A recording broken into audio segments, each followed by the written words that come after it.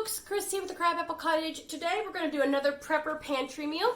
We're going to make this Hungry Jack au gratin potatoes, and we're going to put some of this cooked shelf-stable ham in with it. But before we get started, let's talk for a minute about my stove, because I don't want you guys to judge me. Actually, I don't care. If you want to judge me, that's fine. But my stove is pretty rough looking right now. You can see this. I have cleaned it. This is like burnt on both these burners. I have been boiling down maple sap and black walnut sap into maple and black walnut syrup. I have been doing it on my stovetop. And this is what happens when you boil essentially sugar for every other day for like 10 hours a day on your stove. So this is like crusted on sugar that I'm going to, when the season is all done, I'm going to get some sort of a heavy duty cleaner and scrub this really well. But right now, this isn't really coming off. And frankly, it's not worth the effort of scrubbing that off every single day since I'm boiling sap on a fairly frequent basis. So ignore that.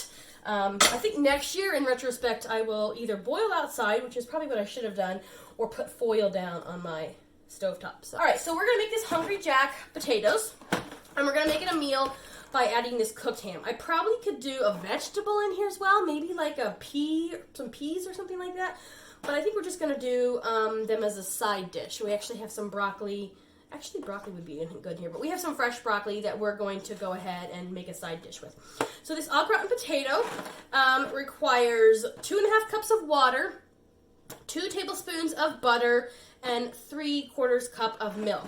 I am using powdered milk, so I mixed this up yesterday just a little bit for my son for cereal. It's not shelf stable after you mix it. It's just shelf stable, obviously, before you mix it.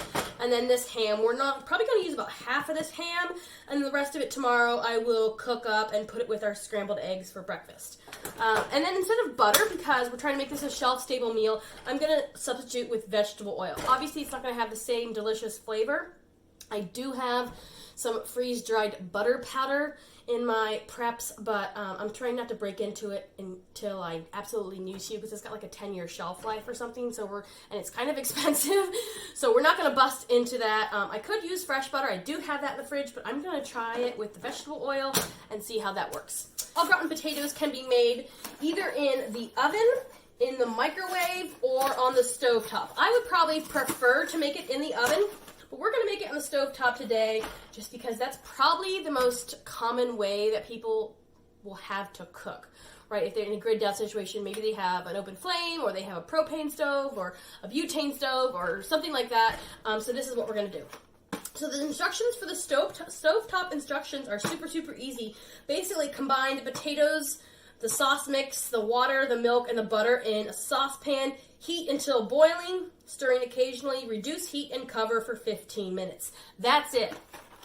But what I'm actually going to do first is I'm going to cut up this ham and put that in there with a little bit of oil and kind of brown the ham up. So we'll see how that works. If you've never seen the Bristol cooked ham, this is what it looks like. It's kind of a loaf. It smells like ham, with a little bit of a Spam smell to it.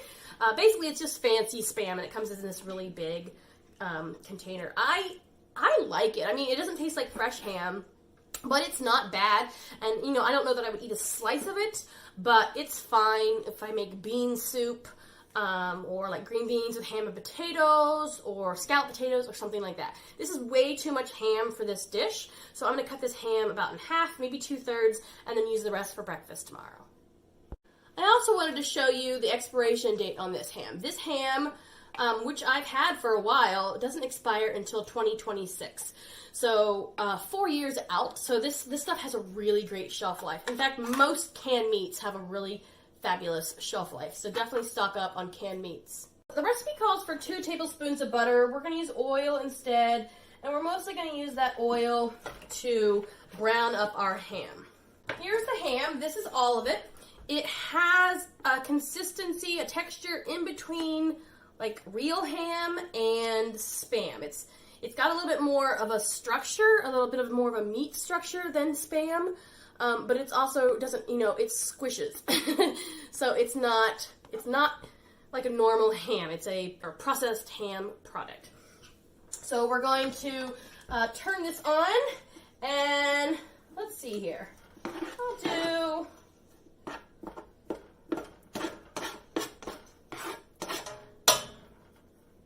a little bit more in there. And then the rest of this I'll just put in a container and put it back in the fridge, and then we'll use this for breakfast for this will probably be 3 days worth of ham mixed with some scrambled eggs for breakfast. Okay, so I have the ham in here with some oil, and I've just been kind of browning that up, heating that up. Next, I'm going to put in my water and my milk. My potatoes, I'll show you what the potatoes look like. I think everybody knows what they look like, but just in case, this is what they are. They're basically dehydrated, maybe freeze-dried potato slices. So those go in there. And it just says mix it all up. Nothing fancy. If I was doing it in the oven, I would probably top it with like a breadcrumb. I think that would be good. Maybe a breadcrumb and some American cheese to make kind of a yummy toasted top. But we're not doing it that way. I'm going to add my milk and the rest of my water. I got all the ingredients in here. I added my milk and the rest of my water. Stirring it up. So it says heat just to boiling, stirring occasionally, reduce heat and cover, let simmer for 15 minutes. This has been simmering for 15 minutes. Ready to dish it up. Now this would probably be a lot more scrumdiddlyumptious done in the oven with some nice browning on the top. That sounds really good. But like I said, we're trying to cook using ways that you might have available to cook to you. So propane stove, something like that. So here we go. Here are our scalloped potatoes with our canned ham. I added a side of broccoli with that. This is fresh broccoli from the food pantry. But this will be dinner tonight. It's a quick, easy prepper pantry meal. Got your protein, got your carbs, add a vegetable too. You could add peas or something like that, and you have a complete meal. So I hope you guys enjoyed this video. If you did, give me a thumbs up, hit the subscribe button. Talk to you later.